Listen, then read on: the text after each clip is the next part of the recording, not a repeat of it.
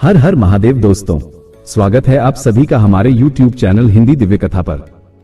आज मैं आपको एक ऐसी दिव्य कथा सुनाने जा रहा हूं जो न केवल मन को शांति देती है बल्कि आत्मा को भी ईश्वर से जोड़ने का मार्ग दिखाती है। कहते हैं, जब माता पार्वती ने स्वयं भगवान शंकर से पूछा, हे नाथ, आपने इतने सारे धर्म क्यों बनाए? तो महादेव ने उत्तर में एक अद्भुत कथा सुनाई। एक ऐसी और कथा जो हमें जीवन का सच्चा उद्देश्य समझाती है, जो बताती है कि धर्म केवल पूजा नहीं, सेवा, करुणा और त्याग का नाम है। तो आइए इस पावन कथा के माध्यम से हम शिव के उस रहस्य को जानें जिससे आत्मा परमात्मा से मिलती है। तो चलिए दोस्तों, कथा का आरंभ करते हैं। दोस्तों, ज्यादा अच्छे से अनुभव करने के लिए आंख बंद कर ले और हेडफोन लगाकर सुनिए। संध्या का समय था। कैलाश पर्वत की हिमाच्छादित चोटियां सुनहरी आभा से जगमगा रही थी। मंद मंद बर्फीली हवा शिवजी की जटाओं से होकर बह रही थी और चारों ओर एक गूढ़ शांति छाई हुई थी। नंदी अपने स्थान पर स्थिर खड़े थे। गणों का समूह भी मौन था, मानो प्रकृति स्वयं किसी दिव्य संवाद की प्रतीक्षा कर रही हो। माता पार्वती ध्यान की मुद्रा में बैठी थी, पर उनके मुखमंडल पर कुछ असमंजस की रेखाएं स्पष्ट थी। वे कई दिनों से इस विषय पर विचार कर रही थी, पर आज उनके हृदय में जो प्रश्न बार बार उठ रहा था उसे रोक पाना उनके लिए कठिन हो गया। उन्होंने धीरे से आंखें खोली और भगवान शिव की ओर देखा। भगवान नीलकंठ ध्यानमग्न मुद्रा में विराजमान थे, शांत, स्थिर और अडोल। उनके चारों ओर धुएं की लहरें घूम रही थी, जो उनके गले में विराजित सर्प की भांति रहस्य से भरी लग रही थी। पार्वती जी ने दोनों हाथ जोड़कर आदरपूर्वक कहा, स्वामी, मैं एक बात पूछना चाहती हूं, यदि आपकी आज्ञा हो तो। शिवजी ने नेत्र खोले, जिनमें संसार भर की करुणा और ज्ञान समाया हुआ था। पूछो पार्वती, तुम्हारा हर प्रश्न मेरे लिए पूजा के समान है। माता पार्वती ने अपनी जिज्ञासा प्रकट की। हे नाथ, मैं सदा से यह सोचती आई हूं कि आप ही एकमात्र आदिदेव हैं। सृष्टि के मूल में आप ही हैं, आप ही आदि और आप ही अंत हैं। फिर भी पृथ्वी पर इतने धर्म क्यों हैं? कोई हिंदू है, कोई बौद्ध, कोई जैन, कोई मुस्लिम, कोई ईसाई। सबके अपने रीति रिवाज, पूजा पद्धतियां और आस्थाएं हैं। क्या ईश्वर ने ही यह सब बनाया है? अगर हां, तो क्यों? यह प्रश्न केवल पार्वती का नहीं था, यह उस हर आत्मा का प्रश्न था जो सत्य की खोज में भटक रही थी, जो अलग अलग रास्तों में उलझकर परम पद तक नहीं पहुंच पा रही थी। भगवान शिव कुछ क्षण शांत रहे। उन्होंने अपनी त्रिनेत्रों से पार्वती को देखा, एक दृष्टि जो समय और काल की सीमाओं से परे थी। फिर एक मंद मुस्कान उनके मुख पर खिली।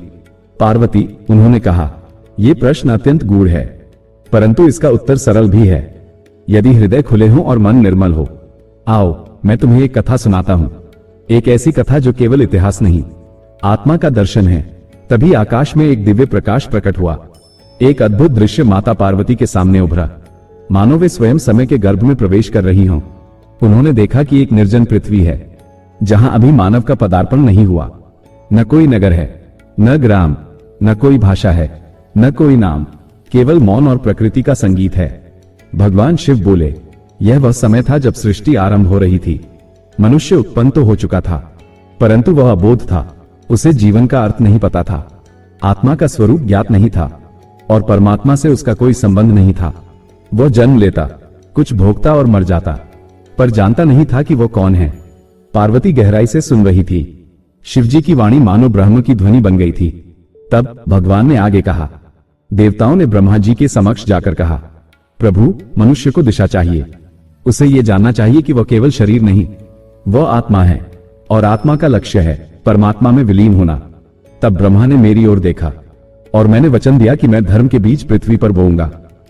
परंतु पार्वती, प्रत्येक आत्मा की प्रकृति भिन्न थी। कोई तेजस्वी था, कोई सौम्य, कोई ध्यानशील, कोई कर्मनिष्ठ। इसलिए एक ही मार्ग से सब नहीं चल सकते थे। ठीक वैसे ही जैसे एक ही खाद्य सभी के स्वास्थ्य के लिए उपयुक्त नहीं होता। माता पार्वती ने पूछा, तो क्या धर्म आत्मा की प्रकृति के अनुसार बनाए गए थे? हाँ, शिवजी ने उत्तर दिया। जैसे जल की धारा पर्वतों से निकलकर अनेक नदियों में बंट जाती है, पर अंत में सब समुद्र में ही मिलती है, वैसे ही हर धर्म एक विशिष्ट मार्ग है, पर लक्ष्य सबका एक, परमात्मा। इसलिए मैंने विविध धर्मों की रचना की। कोई ध्यान से मुझे पाए, कोई भक्ति से, कोई सेवा से, कोई ज्ञान से, कोई नाम जपे, कोई मौन में डूबे, पर हर मार्ग पर मेरा ही प्रतिबिंब हो। शिवजी की बात सुनकर माता पार्वती के नेत्रों में आंशिक समाधान की ज्योति प्रकट हुई, पर उनके मन में एक और संशय जन्म ले चुका था। भगवान शिव की दिव्य वाणी के उपरांत माता पार्वती की जिज्ञासा कुछ शांत अवश्य हुई थी, परंतु हृदय के भीतर अभी भी एक प्रश्न हलचल मचाए हुए था। वे थोड़ी देर मौन रही, फिर शांत स्वर में बोली, स्वामी, आपने कहा कि धर्म आत्मा की प्रवृत्ति के अनुसार बनाए गए। ये बात मेरे हृदय को छू गई, किंतु आज पृथ्वी पर जो हो रहा है वो क्या धर्म का वास्तविक स्वरूप है? लोग धर्म के नाम पर लड़ते हैं, एक दूसरे को हीन समझते हैं, अहंकार करते हैं कि उनका पंथ श्रेष्ठ है। कुछ लोग धर्म को केवल रीति रिवाजों का संग्रह मानते हैं, तो कुछ उसे डर और दोष से जोड़ देते हैं। क्या यह वही धर्म है जो आपने सृष्टि को दिया था? यह प्रश्न साधारण नहीं था, यह उस पीड़ा का प्रतिबिंब था जो हर जागरूक आत्मा के भीतर किसी न किसी रूप में जन्म लेती है। जब धर्म जो जोड़ने आया था बांटने लगे, तब संदेह स्वाभाविक होता है। भगवान शिव ने कुछ क्षण नेत्र मूंद लिए, फिर उनकी जटाओं से मंद प्रकाश प्रस्फुटित हुआ। उन्होंने हाथ उठाया और कहा, पार्वती, धर्म स्वयं में निर्दोष है, जैसे अग्नि, किंतु जब अग्नि को अहंकार, लोभ और अज्ञान की लकड़ियां घेर लेती हैं, तब वह विनाशकारी प्रतीत होती है। आज जो तुम देख रही हो वो धर्म का स्वरूप नहीं, उसका छाया रूप है जो मनुष्य की संकीर्ण सोच से उत्पन्न हुआ है। फिर उन्होंने एक दृष्टांत के रूप में कथा आरंभ की। प्राचीन काल में एक नगर था, सत्यपुरा। वहां के निवासी अत्यंत धार्मिक थे। वे प्रतिदिन पूजा करते, व्रत रखते और तीर्थ यात्रा करते। वे अपने को बड़े पुण्यात्मा समझते और दूसरों को तुच्छ मानते। एक दिन उस नगर में एक साधु आया। वो फटे वस्त्रों में था, पर उसके नेत्रों में शांति और करुणा की ज्योति थी। नगर के लोग उसे देख हंसे, देखो ये भिखारी क्या जाने धर्म। साधु मुस्कुराया और एक बालक को अपने पास बुलाया। उसने उसे केवल एक बात सिखाई, हर प्राणी में ईश्वर है और सच्चा धर्म है सभी में उसी ईश्वर को देखना। वर्षों बाद जब अकाल पड़ा और मंदिरों के द्वार बंद हो गए, वही बालक जो अब युवा हो चुका था, सबकी सेवा में लग गया। उसने न जाति देखी न धर्म, भूखों को भोजन, बीमारों को दवा और दुखियों को आश्रय दिया। लोगों ने तब जाना कि पूजा पाठ केवल साधन है, धर्म का मूल तो सेवा, करुणा और समर्पण है। शिवजी की कथा सुनकर माता पार्वती की आंखों में करुणा की धारा बह निकली। स्वामी, फिर मनुष्य क्यों नहीं समझ पाता कि धर्म का उद्देश्य एकता है, अलगाव नहीं? भगवान शिव ने उत्तर दिया, क्योंकि वह बाह्य में उलझा है, अंतर को नहीं देखता। जैसे कोई दीपक को देखकर उसकी लौ की ओर नहीं देखता, वैसे ही मनुष्य धर्म के नाम, रूप और परंपरा में खो गया है, उसके आत्मिक प्रकाश की ओर नहीं गया। परंतु शिवजी ने आगे कहा, ध्यान रहे पार्वती, हर युग में कुछ आत्माएं होती हैं जो धर्म को उसके शुद्ध स्वरूप में जीती हैं। वे ऋषि, संत और भक्त कहलाते हैं। वे ही उस दिव्य ज्योति को जलाए रखते हैं जिससे मानवता का अंधकार मिटता है। धर्म तब पुनः जागता है जैसे वसंत में मुरझाए फूल फिर से खिल उठते हैं। माता पार्वती ने नम्र स्वर में पूछा, तो क्या प्रत्येक धर्म में ईश्वर का अंश समाया हुआ है? शिव जी बोले, हाँ पार्वती, जैसे सागर एक है पर उसकी लहरें अनेक रूपों में उठती हैं, वैसे ही सत्य एक है पर धर्म के रूप अनेक हैं। कोई राम कहे, कोई अल्लाह, कोई ईसा, कोई बुद्ध, सब में वही चेतना है। धर्म का उद्देश्य है आत्मा को उस परम चेतना से जोड़ना। जब मनुष्य यह उद्देश्य भूल जाता है, तब धर्म केवल परंपरा बनकर रह जाता है। उस क्षण कैलाश की हवाओं में शांति के साथ साथ एक गूढ़ गंभीरता भी तैर रही थी। प्रकृति भी मानो ये दिव्य रहस्य सुन रही थी।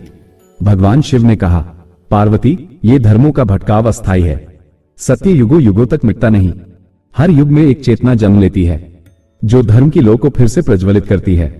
मैं स्वयं जब जब आवश्यकता होती है प्रकट होता हूं, कभी शिवरूप में, कभी गुरु में, कभी विचार में। यही धर्म की लीला है। माता पार्वती के मुख पर संतोष की छाया आई, किंतु एक अंतिम प्रश्न अभी शेष था। हे प्रभु, यदि सब धर्म सागर की लहरें हैं, तो मनुष्य कौन सा मार्ग चुने ताकि वह सच्चे धर्म को पा सके? गगन का रंग अब सिंदूरी हो चला था। कैलाश की बर्फीली चोटियां सूर्य की अंतिम किरणों से झिलमिला उठी। वातावरण में एक अलौकिक मौन व्याप्त हो गया था, मानो सारा ब्रह्मांड किसी गूढ़ रहस्य के उद्घाटन की प्रतीक्षा कर रहा हो। माता पार्वती ने भगवान शिव से पूछा था, स्वामी, यदि धर्म अनेक रूपों में विद्यमान है, तो साधारण मनुष्य किसे अपनाए? कौन सा रास्ता उसे सत्य की ओर ले जाएगा? भगवान शिव मंद मुस्कुराए। उन्होंने त्रिशूल को भूमि पर रखा और एक गहरी दृष्टि से पार्वती की ओर देखा। पार्वती, ध्यानपूर्वक सुनो, शिवजी बोले, धर्म कोई वस्त्र नहीं जिसे मनुष्य पहन ले और ईश्वर के समीप पहुंच जाए। धर्म आत्मा की भाषा है, हृदय की पुकार है और जीवन की सच्ची साधना है। फिर उन्होंने हाथ उठाया और आकाश में एक ज्योति प्रकट हुई। उस प्रकाश में एक कथा आकार लेने लगी।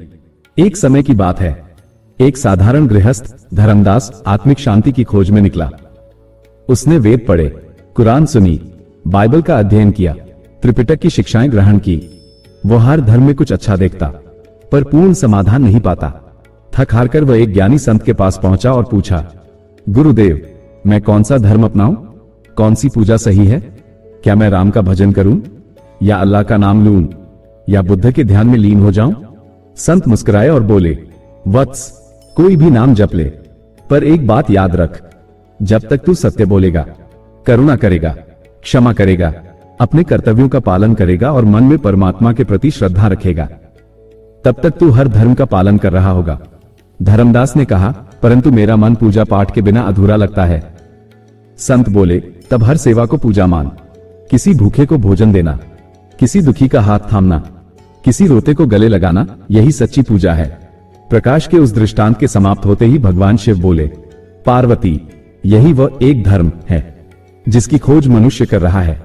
धर्म जो केवल मंदिरों, मस्जिदों, गुरुद्वारों या गिरजाघरों में न रहकर उसके व्यवहार में प्रकट हो, जो सत्य बोले, मन, वचन और कर्म से पवित्र रहे, परहित में रमा रहे, किसी का अनिष्ट न सोचे, वही धर्मात्मा है।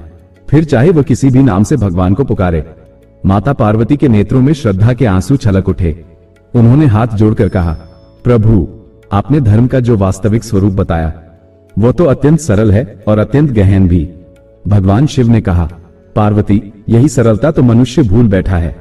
उसने धर्म को परंपरा का जटिल जाल बना दिया है। उसे लगता है कि यदि वह कोई विशेष कर्मकांड नहीं करता तो वह अधर्मी बन जाएगा, परंतु धर्म का सार तो है सत्य, सेवा, सहनशीलता और समर्पण।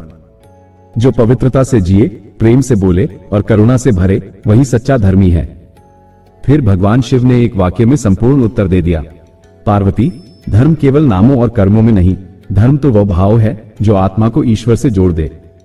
वो चाहे किसी भी पद से चले, यदि उसका अंत परमात्मा में हो तो वही सच्चा धर्म है। माता पार्वती मौन थी। जैसे ही भगवान शिव के वचनों का अंत हुआ, कैलाश की उस दिव्य भूमि पर एक अद्भुत नीरवता छा गई। यह मौन न केवल वातावरण का था, बल्कि यह वह पवित्र शांति थी जो केवल सत्य को आत्मसात करने के बाद ही भीतर उतरती है। माता पार्वती की आंखों से दो मोती से आंसू टपके, लेकिन वे आंसू करुणा या पीड़ा के नहीं थे, वरन प्रेम, बोध और आत्मसाक्षात्कार के थे। उन्होंने विनम्र स्वर में कहा, प्रभु, अब मुझे समझ आ गया कि धर्म केवल पूजा पाठ या परंपराओं का नाम नहीं, बल्कि वह पुल है जो आत्मा को परमात्मा से जोड़ता है। धर्म वो दीपक है जो जीवन पथ पर प्रकाश देता है, और वह सुगंध है जो सेवा, सत्य और श्रद्धा से उठती है। भगवान शिव ने मंद मुस्कान के साथ उत्तर दिया, पार्वती, जिस दिन प्रत्येक मनुष्य ये समझ लेगा कि सभी धर्मों का मूल उद्देश्य प्रेम और एकत्व है, उस दिन पृथ्वी पर न वैर रहेगा, न द्वेष, न अहंकार रहेगा, न अधर्म। केवल एक सत्य बचेगा, सब में वही एक ब्रह्म विद्यमान है। विभाजन तब तक है जब तक दृष्टि सीमित है, एकत्व तब प्रकट होता है जब दृष्टि दिव्य हो जाती है। आकाश में अब तारे झिलमिलाने लगे थे और दूर कहीं हिमालय की घाटियों में ऋषियों का गान सुनाई दे रहा था।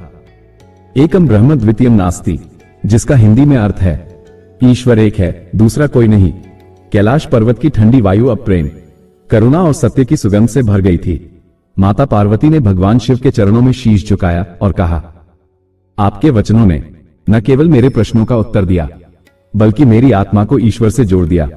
उस क्षण शिव और शक्ति एक भाव में लीन हो गए। धर्म की व्याख्या पूर्ण हो चुकी थी। धर्म अब कोई बहस का विषय नहीं रहा, बल्कि एक जीवित अनुभूति बन गया, मनुष्य और परमात्मा के बीच का मौन संवाद। तो दोस्तों, ये थी आज की कथा। इस पवित्र कथा के माध्यम से हमने जाना कि प्रभु से जुड़ने के लिए भव्य अनुष्ठान या ऊंची साधनाएं आवश्यक नहीं, बल्कि आवश्यक है एक सरल हृदय, सेवा की भावना और निष्काम समर्पण। महादेव ने जो सत्य प्रकट किया वह आज भी उतना ही प्रासंगिक है कि हम जब किसी भूखे को भोजन देते हैं, किसी दुखी के आंसू पोंछते हैं या बिना स्वार्थ के किसी की सहायता करते हैं, तो वही क्षण होता है जब हम शिव के सबसे समीप होते हैं। तो आइए इस कथा को केवल सुनकर न छोड़ें, बल्कि इसे अपने जीवन का हिस्सा बनाएं। प्रेम करें, सेवा करें और हर प्राणी में शिव का दर्शन करें। यही सच्चा शिव मार्ग है। अगर यह कथा आपके हृदय छू गई हो तो इसे अपने अपनों के साथ जरूर साझा करें, ताकि हर कोई शिव से जुड़ने का यह सच्चा मार्ग जान सके। और कमेंट में हर हर महादेव जरूर लिखे और हमारे चैनल हिंदी दिव्य कथा को सब्सक्राइब करें। हर दिन ऐसी ही एक दिव्य कथा के साथ फिर मिलेंगे। तब तक के लिए ओम नमः शिवाय, हर हर महादेव।